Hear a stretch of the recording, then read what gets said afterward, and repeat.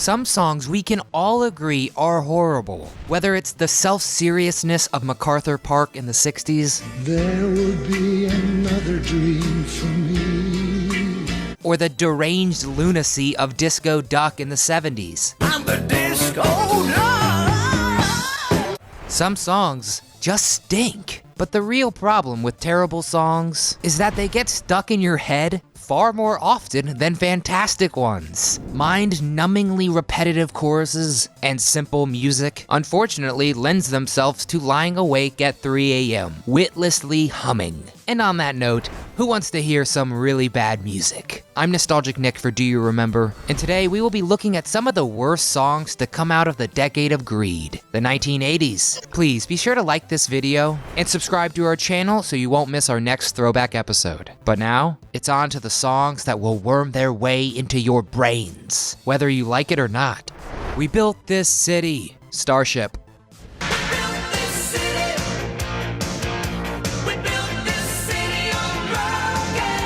Out of the ashes of iconic psychedelic rock group Jefferson Airplane arose not a phoenix, but a boring corporate rock band making cookie-cutter music, aka Starship. And while the band had several not-so-hot hits, perhaps their worst was 1985's We Built This City. What this city was supposedly built on was rock and roll, but it might be better to say built on the death of rock and roll.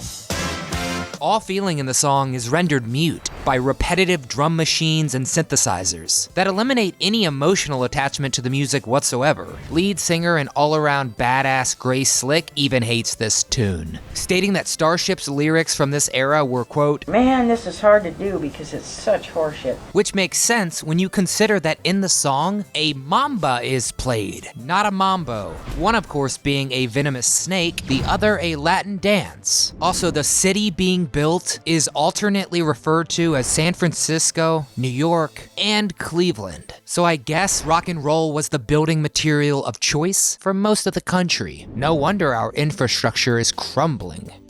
Physical, Olivia Newton-John. The early 80s were a bizarre time that fetish-sized the workout culture of fitness clubs a little too much. Think the terrible Jamie Lee Curtis and John Travolta movie Perfect. It's not perfect. This trend of celebrating people in pastel leotards was probably best exemplified by Olivia Newton-John's smash 1981 hit Physical. Notice how I didn't say amazing, fantastic 1981 hit? The song is a repetitious disaster of a woman attempting to persuade a mystery man to have sex. What makes the song extra bizarre is the music video, in which Newton-John tries to jazzercise several fat, slovenly men into shape. Because workouts are sexy. But Newton-John mechanically delivers the lyrics like a robot who has read 50 Shades of Grey, then attempts to seduce you through song. The words are right, but I'm just not turned on. Somehow, Physical was the #1 hit for the whole decade, staying at #1 for 10 weeks, which physically makes me ill. Hangin' Tough, New Kids on the Block.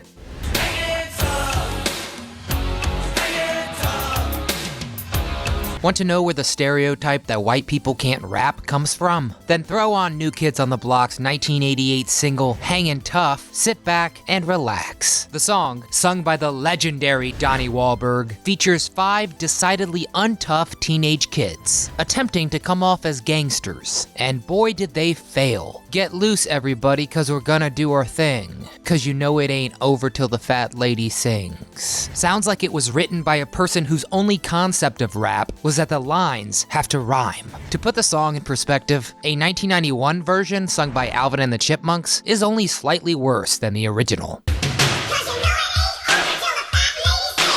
Incredibly cheesy, with no flow or rhythm at all, Hangin' Tough is now fortunately confined to that unique period in history in which every musical artist thought they could rap. Think Wham's Wham Rap, or Lou Reed's The Original Rapper. Yikes. Kokomo, The Beach Boys. Universally regarded as one of the greatest rock groups of all time, with almost too many hits to count, this group was a pioneer of surf rock, lauded for pushing the boundaries of pop music. But then the late 80s rolled around, and the producers of Cocktail needed a song for their Tom Cruise vehicle.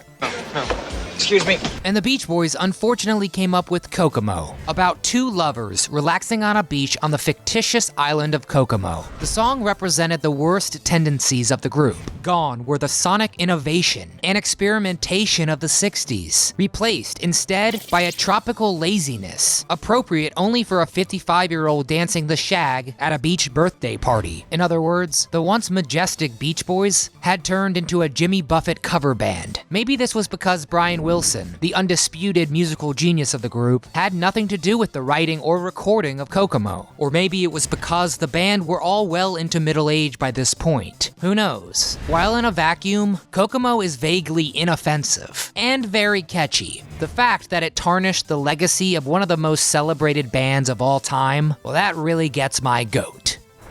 Mickey, Toni Basil.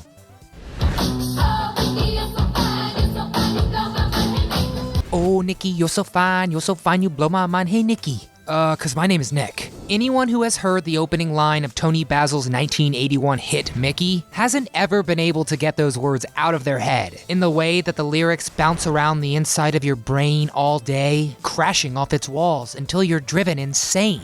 Incredibly annoying, Mickey's chorus was sung like a cheerleader's chant, which is fairly creepy because Basil was 38 when the song was released. Hopefully she's not looking for a high schooler to blow her mind. The final nail in this song's coffin was the music video, in which viewers are treated to the unsettling sight of a middle-aged Basil prancing around in a high school cheerleader's uniform. The song was off Basil's first ever album. Before this, she was mainly known as a choreographer, and for her role as a New Orleans prostitute in 1969's seminal Easy Rider. Unsurprisingly, Basil's music career never took off, and although she only released one other album, she currently has 5 best of collections, which to me just doesn't add up.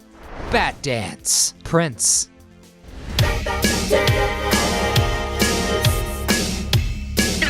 Wait, a song by Prince, you say? No way. Prince is a rock god, a guitar virtuoso. This list would never give you up, never gonna let you down, never gonna run around and desert you. Ha, gotcha.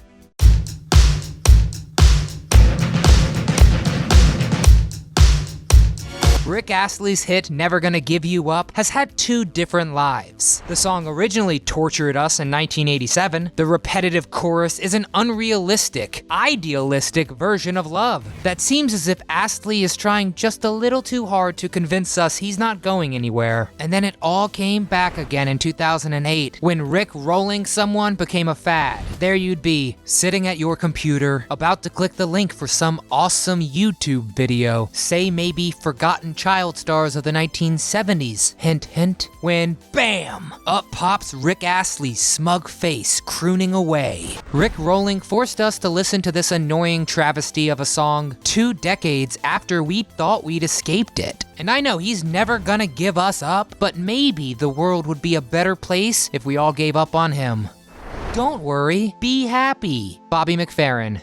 Across the world, people use the technique of positive visualization to help them achieve their goals. But there's positive visualization, then there's just sheer lunacy. And Bobby McFerrin's 1988 single Don't Worry, Be Happy falls firmly into the latter category. The song's message seems like good advice on the surface, but then you realize that McFerrin is advocating for people to just be happy as a solution to all of life's problems. Like you can just choose happiness. Naive and saccharine, Don't Worry, Be Happy sounds like a song the devil wrote to play on repeat in hell until you finally crack and admit, yes, I am happy. And like Kokomo, the single was originally written for the Cocktail soundtrack, so be sure to rush out to your nearest record store to pick up that gem.